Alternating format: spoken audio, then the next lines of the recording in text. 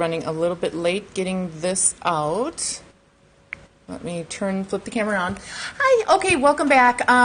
We've been showing a lot of social media posting about not capping gels. There are two ways of preventing separation with gels from the natural nail. One is capping. However, capping gives the edge of the nail a very bubbled edge appearance and a very unnatural look. The other issue with capping gels is that as your customer is using her fingers, it starts to wear off on the ends. And again, the nail can separate. So I have been using this technique for over 15 years. I have used it with many, many, many different gel lines, whether they were hard gel or soakable gel, and it works. It has worked for me with every single one of them across the board.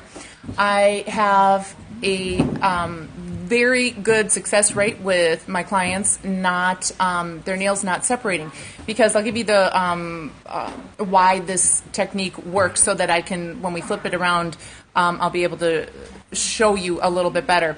But basically, when you take the nail down after the sealant is applied, you then use an electric file at a 45-degree angle just at the edge. So what you're doing is you're thinning out just the edge of her natural nail. You're not digging away all this nail, but just thinning it out so that it is not strong enough to flex away from the gel. So it's very basic, very simple. And oh, hello everybody. I'm missing everybody because I'm just trying to talk fast. Oh, if you want to share this, hey Jade, if you want to share this broadcast, I believe iOS users swipe left, Droid swipe up. You can also let me know if I'm on the right track. If you like what you're seeing, you can tap the screen. It'll give hearts. So I'm going to flip the camera around here. I'm going to give this back to my daughter Kelly. All right. So what I want to show you is I have two hands. My client that I just finished applying her gel color. They're both of the edges are capped. If you can get in real tight here, Kelly, so you can see we've got this rounded edge, and this gives the nail a very unnatural appearance. So if you want to zoom back out, so how I avoid doing that is I use my electric file on high. I'm going to do one hand first. I remove the length.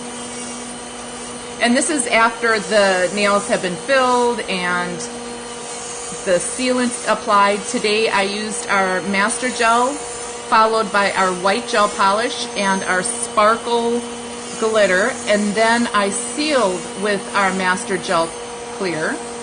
Okay, let me do this, turn this off.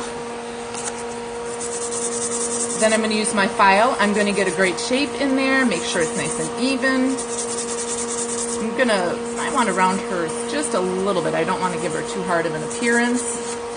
And the thing that's, if you're going to try this and you're afraid of trying it on a client for the first time, do it on yourself or do it on your best friend or a relative. What table lint are you using? Oh, this is our dust collector that we sell at Masterworks by Becker. They're $59.95. It has two bags on the bottom that I just take out this window, open up my window, bump them out at the end of the day or the end of the week, and then reapply them. It's very comfortable and it's very quiet because the filter is underneath the fan. Whenever a filter sits on top of a fan, the fan has to be stronger, so it's louder. And if you're doing gels, unfortunately, the filters get clogged before you're done with one client. So for that reason, I love these dust collectors. So almost done filing here, and a little, I always file with my 100 grit side of my file first. What color gel is that? It's white gel polish by Masterworks, and then I apply a very thin layer of clear because our white gel polish actually does not have a sticky layer, but only our white. Then I apply a little bit of master gel. I always turn the nails around so I can see what she sees. And then I apply our sparkle glitter, followed by one more layer of Master Gel Clear. All right, so now I have her length. Now what I want to show you, and for comparison as to why these two look so different, it'll actually, from when you look at it from the side, if you can bring your other hand over, this is the side view of both of these hands. This one is capped. The edges are capped. These edges are not capped. So already it has a much more natural appearance. And actually, take a look at them straight on as well. You can see a big difference. How long do gels last? Carol, when was your last fill? How many weeks? 4 weeks? I think it's been at least 4 weeks. Most of my clients go between 3 and 4 weeks between their fills. All right, so then lastly, what you do in order to prevent separation, and like I said, for us, this is the best way. 45-degree angle. Just catch the edge of her natural nail, blending it into the gel, and this is all it takes. So it gives, the other thing that it does is it gives the edge of that nail a nice, thin, refined. This is what it looks like before. 45-degree angle, blending in her natural nail, and that's what it looks like after. So Sherry Fingers from Illinois, she actually said it best. When you're filing gel or hard gel, light on the top, heavy on the bottom. Don't worry about tip thickness, because even if you have a very thick nail, when you remove that thickness from underneath, you leave all the structure down the center of that nail, always leaving a stronger nail than when you first, than if you were to try and remove all your thickness on the edge from on top. Now you've just really thinned out your, I accidentally hit this a little bit. With soakables, do you use this technique too? Yes, you can use this technique. Kyra Fraser Jones from Kyra the Nail Teak, she actually uses this technique with soakable gels, and she said it works great with soakable gel manicures as well. So when my client is done, all right, so here's the difference. Now I also want to show you the difference between the capped edge versus, can you zoom in a little bit, or is the light kind of odd?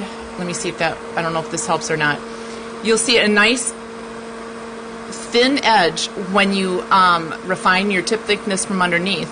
And these edges will always look thicker when you're done by capping those edges. So that's another reason we don't like this capped edge. When I started doing gels, I had to figure this out really quick because my clients did not like the look of a capped gel nail. This will look artificial to me all day because of this bubbled rounded edge. Whereas this one, especially when you turn them from the side and you see they come off, the color comes straight off that nail and it's not rounded. That just has the prettiest appearance for that. So that's the broadcast for today. I will flip this around. I'll finish up Carol's nails after this. I just wanted to keep this. I do this on myself. I cap clients as you do this technique on yourself, but on your clients you still cap. Oh, that's funny. Do what works best on you, on your clients, and your clients will be very, very happy. So, yeah, I'm going to finish up Carol's nails, but thank you so much for watching. And if you if there are any other types of pointers or tips that you want us to, want me to show on an upcoming Periscope, just let me know, because we're trying to make sure we do this at least, hey, JJ and Geneva, thank you. We're going to try and do this at least once a week. So thanks so much, and I'll see you guys later. Bye-bye.